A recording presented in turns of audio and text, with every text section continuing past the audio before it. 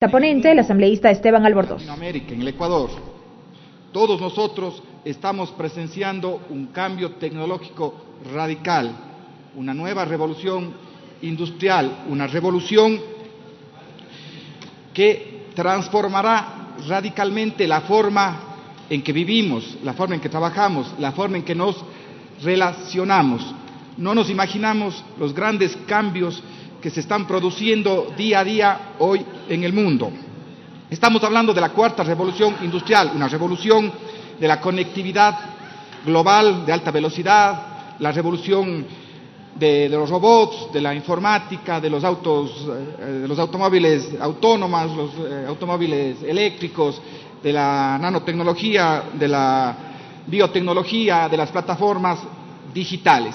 Y ahí es donde surge la importancia y la prioridad de tratar el tema de la innovación y el emprendimiento. La ley que estamos discutiendo pues se llama la Ley del Emprendimiento y la Innovación. Muchos, sobre todo académicos, decían que debemos cambiarle el nombre de la ley y poner primero la Ley de la Innovación y del Emprendimiento, porque primero no podemos concebir este momento, por los cambios radicales que tenemos, el emprendimiento sin la innovación. ¿Cómo definimos el tema del emprendimiento? El emprendimiento, en definitiva, es la búsqueda de oportunidades independientemente de los recursos que actualmente controlamos. Por eso es importante el tema de la innovación, para satisfacer alguna necesidad. ¿Qué se busca? ¿No es cierto? Una sociedad al impulsar el tema del emprendimiento. Se busca generar empleo digno, se busca el desarrollo sostenible, se busca, sí, una independencia económica, pero con altísima responsabilidad, es decir, el bienestar para todos. El tema de la innovación es importante, es fundamental. Cuando se define el tema del emprendimiento, esta definición ha sufrido evoluciones. El emprendimiento y el emprendedor ha ido cambiando, ha ido evolucionando. En su momento, el economista Joseph Schumpeter, ya en la década de los 50, estableció que el rol del emprendedor en la economía es la destrucción creativa. Este concepto es la destrucción creativa, haciendo referencia que la innovación destruye las viejas industrias y plantea nuevas maneras de hacer las cosas, innovar. Para Schumpeter, los cambios y el desequilibrio dinámico traído por un emprendedor innovador son parte de una economía saludable. Esto ya se decía en la década de los años de 1950. El emprendedor, en definitiva, actualmente, primero es un líder que está dispuesto a asumir riesgos. En función de eso, pues, tenemos que estar conscientes que inclusive el tema de los emprendimientos, que es un tema transversal, un artesano es un emprendedor, un operador turístico es un emprendedor, los de la economía popular y solidaria son emprendedores, los que manejan las plataformas informáticas son emprendedores. Es un tema transversal de la pequeña, de la mediana, inclusive de la gran industria, porque estamos buscando hacer las cosas de forma diferente. Inclusive ha tomado mucho auge el tema del emprendimiento social, donde ya ponemos metas, que es un tema muy interesante, metas a nivel humanitario, metas a nivel ambiental, metas a nivel social. Está evolucionando, pero es fundamental que entendamos que el emprendimiento tiene que ser tratado y tiene que ser abordado como un ecosistema. Antes, cuando hablábamos de emprendimiento, siempre se hablaba de un proyecto individual. Una persona es un emprendedor. Hoy ha cambiado ese concepto, estamos hablando de los ecosistemas del emprendimiento. Es así que Camilo Pinzón, que es el director de la Alianza por el Emprendimiento y la Innovación, planteaba pues que no es la responsabilidad solo del Ejecutivo, o solo del Legislativo, o solo del sector privado, o solo del tema de la banca pública o privada. Es responsabilidad de todos. El ecosistema emprendedor es el concepto actual, donde muchas veces pues tenemos que asociarnos con diferentes características, con diferentes potencialidades para presentar proyectos y productos y servicios innovadores. Ahora, ¿cómo está el tema del emprendimiento en el país? Creo que es importante tener algunas cifras. Y aquí hay un documento muy interesante, ¿sí?, que tiene el corte en el año 2017 y que es una publicación internacional de altísimo reconocimiento. Es el monitor del emprendimiento global, que se hizo también en el Ecuador y se lo hizo en la Escuela Politécnica del Litoral. ESPOL fue la que facilitó, digamos, en el país un estudio, encuestas sobre la realidad del emprendimiento en el Ecuador. ¿Qué dice este estudio? Que es un estudio muy importante, que es el punto de partida para saber en dónde estamos y qué tenemos que hacer en la ley. Se habla en ese informe que existen 3 millones de personas, y a esto me refiero pues a adultos, ¿no es cierto?, de adultos entre 18 y 64 años, que empezaron un nuevo negocio emprendedor o que mantienen un negocio de hasta 42 meses. 3 millones, eso es en el año 2017, 3 millones de personas. Eso representa el 29.6% de los adultos entre 18 y 64 años. Y a este valor, a este porcentaje se le conoce internacionalmente como la tasa de emprendimiento temprano. El 52% de los ecuatorianos tienen la intención de emprender a través de las encuestas que tenemos. Miren, el 90%, lamentablemente, el 90% de los emprendimientos no superan los 3 años. Es decir, luego de los 3 años, los emprendimientos fracasaron, lamentablemente. El Ecuador tiene la tasa de emprendimiento más temprana, que estamos hablando casi del 30%, es un indicador, el mejor de la región, seguido de Perú y Chile, pero también tiene una tasa de fracaso altísima, es decir, el 90% no supera los 3 años. El 60% de los emprendimientos en marcha no generan empleo adicional. Ese es un tema también crítico. El emprendedor debe generar empleo, pero lamentablemente son emprendimientos pequeños o localizados. Y se identifica en este estudio del año 2017, donde participó la academia, de que las principales causas para que los emprendimientos fracasen es el acceso al financiamiento, un acceso oportuno al financiamiento, y de hecho pues la falta de rentabilidad. Y la falta de rentabilidad está relacionada, de acuerdo al estudio, a que no existe innovación en el emprendimiento y que obviamente tampoco se conoce el mercado con precisión y tampoco se puede acceder a los mercados ni internos, peor a los mercados internacionales. Esa es la realidad del emprendimiento en el Ecuador. Pero también en ese mismo estudio se habla qué pasa con el emprendedor ecuatoriano. Y hay datos interesantes, ¿no?, que en promedio el emprendedor ecuatoriano tiene 36 años, que tiene 11 años de escolaridad, es decir, escuela y colegio nada más, y ya se convierten en emprendedores, que el 48.8%, casi el 49%, tiene un empleo adicional. Este es un dato importante, ¿no? O sea, el emprendedor, existe la vocación del emprendimiento en el país, existen emprendedores, pero casi el 50% tienen empleo adicional. O sea, es una actividad adicional, no es la actividad principal. El 31.7% de los ecuatorianos tienen miedo al fracaso y por eso a veces no se lanza con todas las energías y con todas las fuerzas para emprender. Sigamos, por favor. Sigamos en la presentación. Bien, siguiendo los datos que tenemos con relación al tema del emprendimiento en el Ecuador, yo decía que la tasa activa de emprendimiento temprano, que en el Ecuador es del 29.9%, es decir, que cerca del 30% de los adultos entre 18 y 64 años han emprendido o tenían un negocio reciente.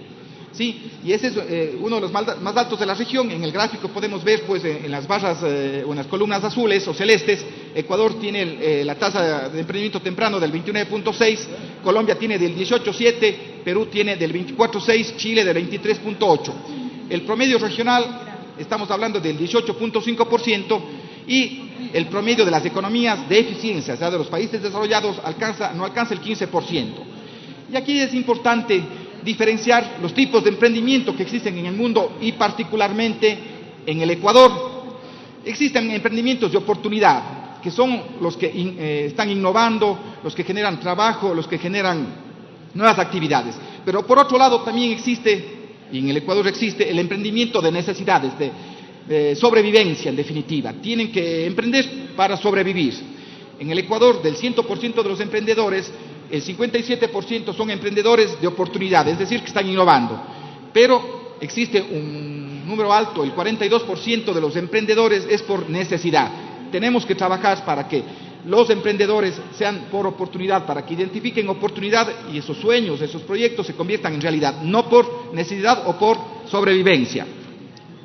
Bien, existe también otro indicador con relación al tema del emprendimiento y se llama el índice del espíritu emprendedor. También en el Ecuador tiene valores altos, estamos hablando en el segundo o tercer puesto, el primer puesto tiene Perú, luego se comparte pues Colombia, Chile, Ecuador y Panamá. El índice del espíritu emprendedor es importante. Este índice evidencia una predisposición favorable al emprendimiento y la autoconfianza en las capacidades y conocimientos. El ecuatoriano confía en sí mismo, que ese es un tema importante. Este índice, este indicador, pues considera la conciencia emprendedora, la percepción de las oportunidades y la eficacia de la persona para emprender. Y aquí nos tenemos que hacer la pregunta, ¿por qué? Después de dar esta información, estos datos, ¿por qué es necesaria una ley? ¿Por qué es necesario una ley para el emprendedor?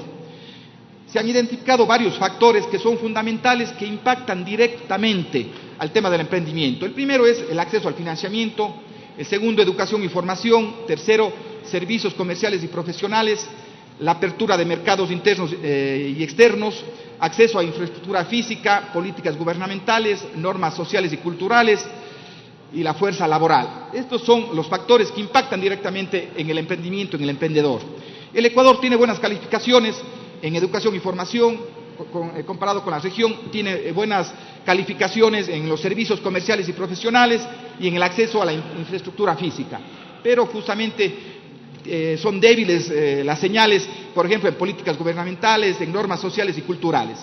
Y una gran conclusión del informe Monitor Global de Emprendimiento 2017 Ecuador, una de las principales recomendaciones es la urgencia de contar con una ley de emprendimiento que provea un marco legal ágil para la actividad emprendedora, su financiamiento, incentivos tributarios, entre otros aspectos.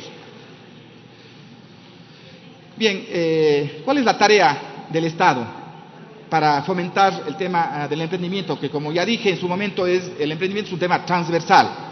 Las políticas económicas, y tienen que estar en una ley de un Estado, deben incentivar la producción nacional, deben incentivar la productividad y la competitividad sistémica, deben impulsar la inserción estratégica en la economía mundial, debemos incentivar el desarrollo y la acumulación de conocimiento científico y tecnológico, y debemos incentivar a través de políticas actividades productivas complementarias y la integración regional.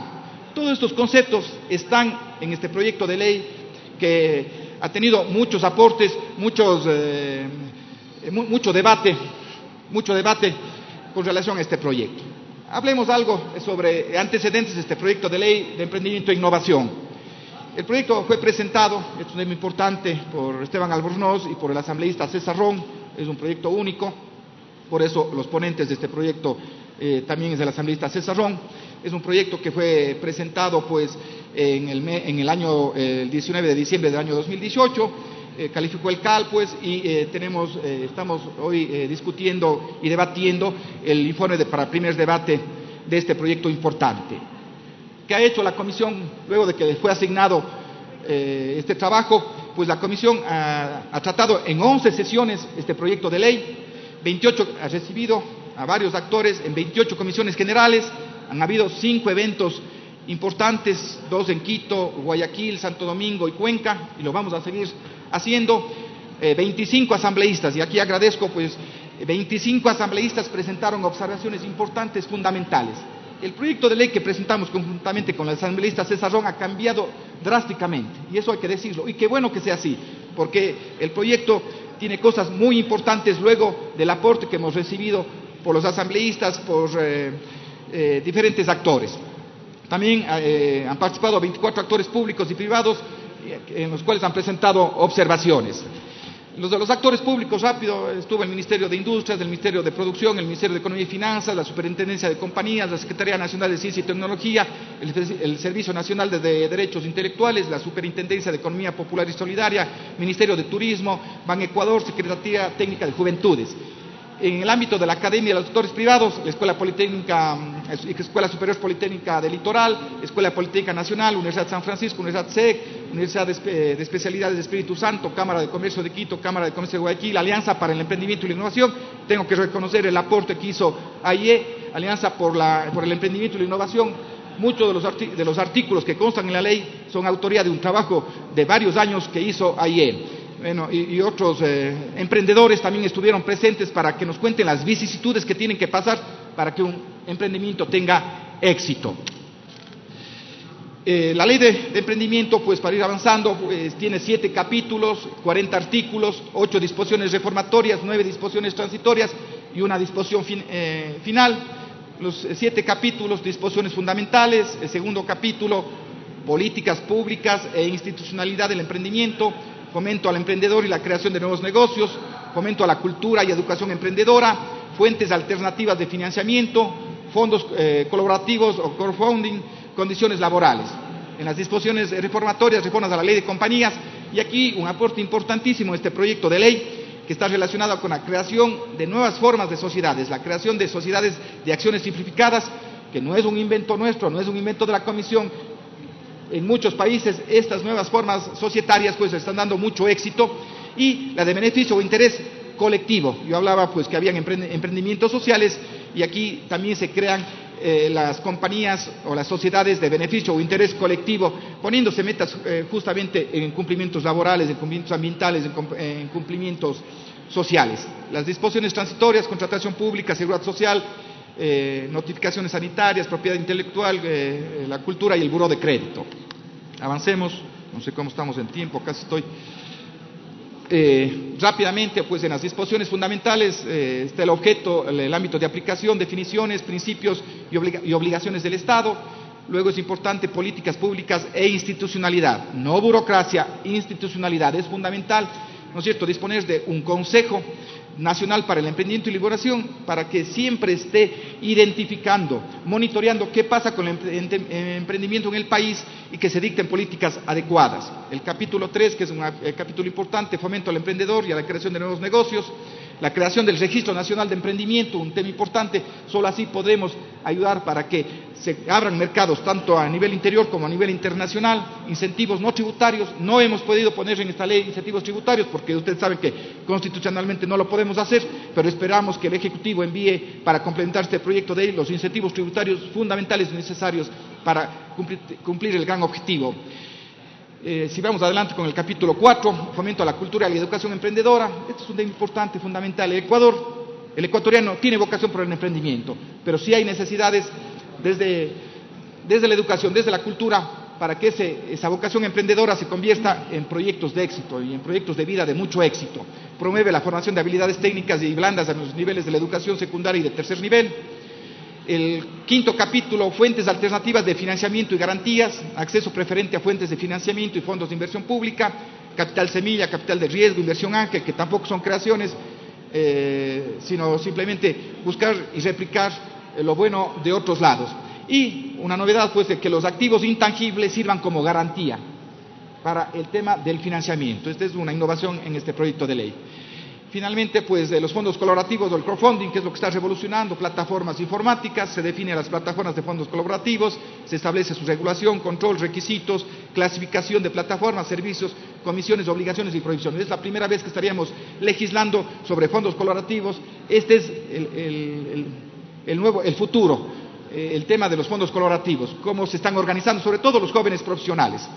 Condiciones laborales, el Ministerio de Trabajo debe establecer modalidades de contratación para que se enfoquen justamente en la clase de emprendimientos que tienen múltiples características. En definitiva, ¿no es cierto?, esta ley de emprendimiento e innovación busca un nuevo marco jurídico e institucional para fomentar el emprendimiento, promover la eficiencia y la competitividad, simplificar trámites, nuevas formas societarias, promover el emprendimiento a través de la educación, promover la innovación en el desarrollo productivo. Hoy, 7 de agosto, iniciamos un gran cambio en el país cuando aprobemos este proyecto de ley. Muchísimas gracias, señor presidente. La intervención del asambleísta ponente de